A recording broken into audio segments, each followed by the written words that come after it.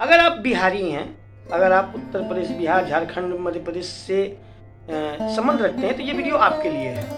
इस वीडियो को आप एक बार जरूर देखिएगा। मैं दोबारा कभी आपको कोई वीडियो देखने को नहीं बोलूँगा। और ये वीडियो क्यों देखने के लिए बोल रहा हूँ, क्योंकि मैं ये वीडियो आप ही के लिए बना रहा हूँ और आपके ही हितों को ध्यान में रख करके बता रहा हूँ। मैं कुछ बोलना चाह रहा हूँ, जो कुछ समझाना चाह रहा हूँ, जो कि आपके लिए अत्यंत आवश्यक है और बहुत ज़रूरी है। तो ये वीडियो देखिएगा और जहाँ जहाँ जितना हो सके उतना इसको शेयर कीजिएगा, ताकि हम अपनी गलतियों को सुधार सकें। गलतियाँ इंसान से ही होती हैं और उस गलती को अगर हम न सुधारें तो हम शैतान बन जाते हैं। तो ये वीडियो अगर आप एक बिहारी है तो आपकी नैतिक जिम्मेदारी बनती है कि इस वीडियो को आप हर बिहारी तक पहुंचाइएगा, जिनको भी बिहारी के नाम से। आजकल पूरे भारत में एक चीज़ चल रहा है, ट्रेंड चल रहा है, बिहारियों को बहुत भाषा के नाम पे हो, क्षेत्रवाद के नाम पे हो, या किसी न किसी तरीके से टॉर्चर किया जा रहा है भारत के बहुत सारे राज्यों में। कभी आप एक बिहारी होकर कभी आपने सोचा है, आप जहाँ जाते हो मेहनत करते हो, मशक्कत करते हो और वहाँ पे इनकम करते हो, आप एक मेहनती भी हो और आपके जैसा मेहनती पूरे भारत में कोई भी नहीं है, ये सच्चाई है। लेकिन वो क्या कारण है कि आपको इस तरीके से टॉर्चर किया जा रहा है? कभी आपने इस बात को कभी सोचा है? नहीं सोचा होगा। जरा मेरी तरीके से सोचिए, शायद आपको समझ में आने लगेगा। जयप्रकाश नारायण का आंदोलन आपको याद है? जयप्रकाश नारायण का आंदोलन, जयप्रकाश नारायण के आंदोलन ने कांग्रेस के, जी हाँ, कांग्रेस की नींव हिला दी थी। कांग्रेस का जमाया एक अड्डा उत्तर प्रदेश, बिहार और अभी झारखंड, उत्तराखंड, इस इलाके से कांग्रेस को जयप्रकाश नारायण ने उखाड़ के फेंक दिया। और समझिए, उत्तर प्रदेश, बिहार, झारखंड, मध्य प्रदेश, ये छत्तीसगढ़, ये जो इलाका है, ये जो दिल्ली समेत जो इलाका है, यहाँ के लोग, यहाँ सबसे अधिक पार्लियामेंट्री सीटें हैं और ये भारत का आधा हिस्सा है, समझ रहे हैं? तो उस समय कांग्रेस ने क्या किया कि सत्ता तो उसकी चली गई, उसके बाद उसने एक फार्मूला अपनाया। लुक, क्या फार्मूला अपनाया? साउथ की तरफ देखो। उसने क्या किया, इन उत्तर प्रदेश, बिहार, झारखंड, मध्य प्रदेश वालों के, मध्य प्रदेश, बंगाल से चुन चुन कर बदला लिया। क्या बदला लिया आपको पता चला? साउथ इंडिया में या वेस्टर्न इंडिया में इसने अपने जितने इंडस्ट्री थी, जितने काम की चीजें थी, सब कुछ उधर भेजना शुरू कर दिया। ठीक है? और हम लगे रहे इधर में, यादव बनने में, पंडित जी बनने में, राजपूत बनने में, हम लगे रहे, इसी में पूरा अपना ढिढोरा पीट रहे थे। और इसी बीच इन लोगों ने सारी इंडस्ट्री, वो एक ऐसा समय था जब भारत में इंडस्ट्रियलाइजेशन का दौर चल रहा था, मॉडर्नाइजेशन का दौर चल रहा था। इंडस्ट्रियां जो आ रही थी वो सीधे साउथ की तरफ भेजी जाती थी। और साउथ वालों ने क्या किया कि कांग्रेस को पकड़ के रख लिया। यही रीजन है कि आपको आज रोजगार के लिए या तो साउथ में जाना पड़ता है या वेस्टर्न में, महाराष्ट्र साइड में, गुजरात साइड में जाना पड़ता है। ठीक है? उस समय यहाँ की सत्ता उसके हाथ में थी और इसने क्या किया कि तुम उत्तर प्रदेश, बिहार, झारखंड, बंगाल वालों ने मेरे को उखाड़ा है, मैं तुमसे चुन चुन के बदला लूंगा। और उसने चुन चुन के बदला लिया। अब एक मजे की बात समझिए, आज उत्तर प्रदेश, बिहार, झारखंड, मध्य प्रदेश, इस इलाके को, बिहारी समाज को बर्बाद करने वाला कौन है? कांग्रेस। और तुम आज भी उसके पीछे घूमते हो। ये महाराष्ट्र वाले तुमको क्यों गाली देते हैं? साउथ वाले तुमको क्यों मारते हैं? क्योंकि देखो, समझो बात को, तुम 350 से ऊपर तुम्हारे पास एमपी है, 350 प्लस एमपी है तुम्हारे पास, लेकिन तुम भारत के सबसे घटिया इंडस्ट्रियल एरिया में रहते हो। तुमको लात मारा जाता है इसीलिए कि तुम इतने एमपी के होते हुए भी कंगाली क्यों हो। दूसरी बात, भारत के टॉप जो एजुकेशनिस्ट हैं वो तुम्हारे ही एरिया से हैं। भारत के टॉप आईएएस आईपीएस जितने हैं वो तुम्हारी एरिया से हैं। भारत के टॉप डॉक्टर्स और इंजीनियर्स कहां से? तुम्हारी एरिया से हैं। लेकिन नसीब देखो तुम्हारा, जितने लोगों को ये चाहे आईएएस हो, आईपीएस हो, डॉक्टर्स हो, इंजीनियर्स हो, साइंटिस्ट हो, 70 के लोगों को तुम इस बिहारी समाज ने पैदा किया।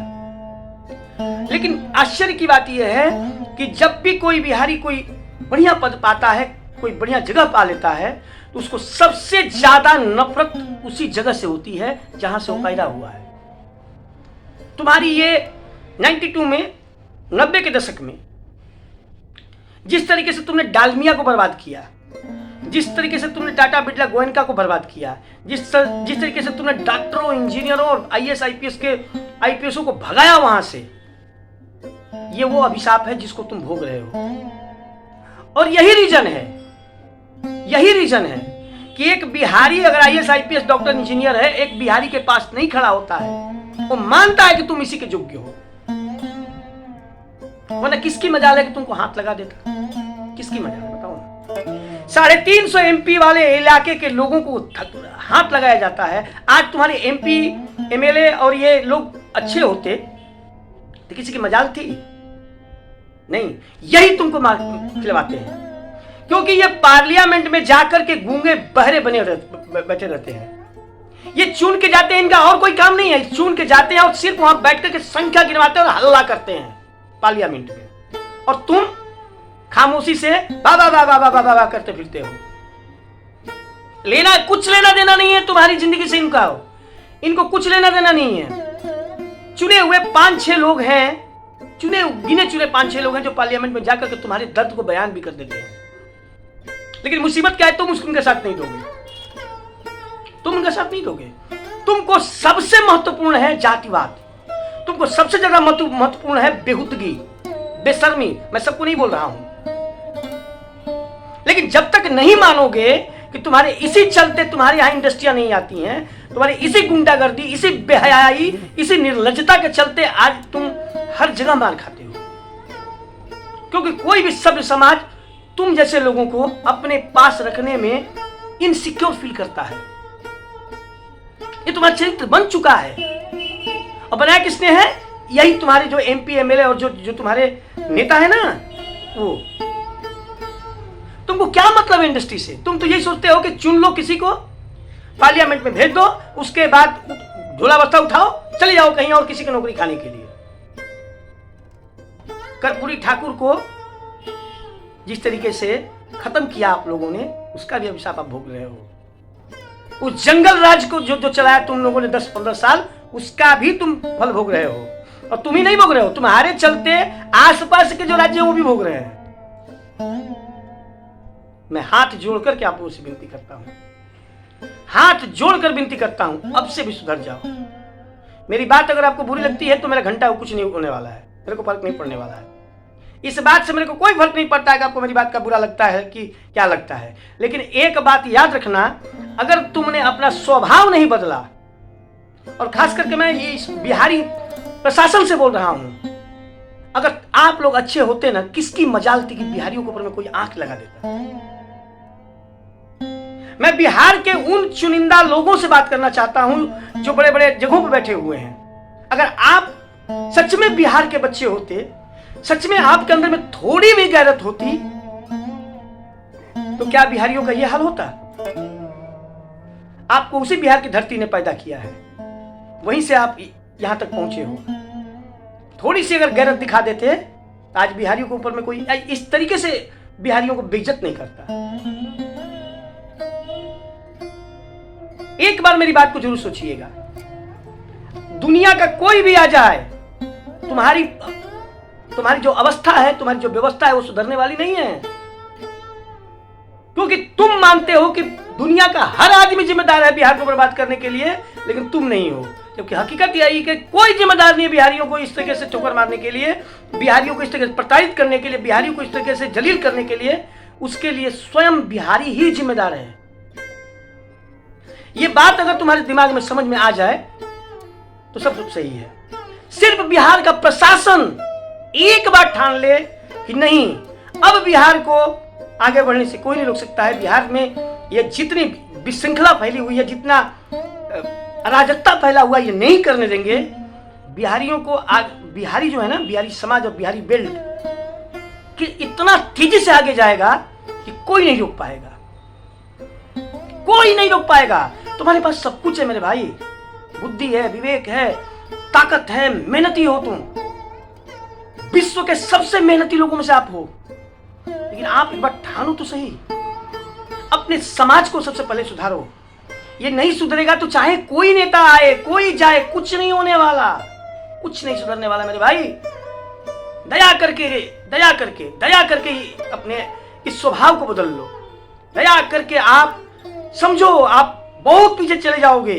ये दुनिया रॉकेट की स्पीड से जा रही है, 11.2 किलोमीटर पर सेकेंड स्पीड से जा रही है। आप अभी भी साइकिल नहीं, बैलगाड़ी की तलाश में लगे हुए हैं। कौन करेगा तुम्हारी इज्जत, बताओ? पूछो अपने आप से, हर बिहारी अपने आप से पूछे, कहां कमी रह गई है, किधर कमी रह गई है, किस बात की कमी रह गई है, ऐसा क्या हो गया है कि जो हम सुधर ही नहीं पा रहे हैं। अंत में लिखेगा कमी आपके ही अंदर है, हर बिहारी के अंदर में है। बिहार को आगे ले जाने की जिम्मेदारी किसी भी नेता की नहीं है, हर बिहारी की है। अपने संवैधानिक ताकतों को समझो, अपने प्रशासनिक ताकतों को समझो, तरीके से आओ, सही तरीके से आओ, हर आदमी अपना जिम्मेदारी निभाओ, हर चीज सही हो जाएगा। आशा करता हूं कि मेरी बात का अगर किसी को बुरा लगा है, मैं क्षमा चाहता हूं, लेकिन जो दिल में आया, जो समझता हूं, एक बिहारी समाज से मैं भी आता हूं, इसीलिए इस चीज को जितना शेयर कर सकते हैं करिएगा, ताकि हर बिहारी तक पहुंचे ये बात। बहुत बहुत धन्यवाद।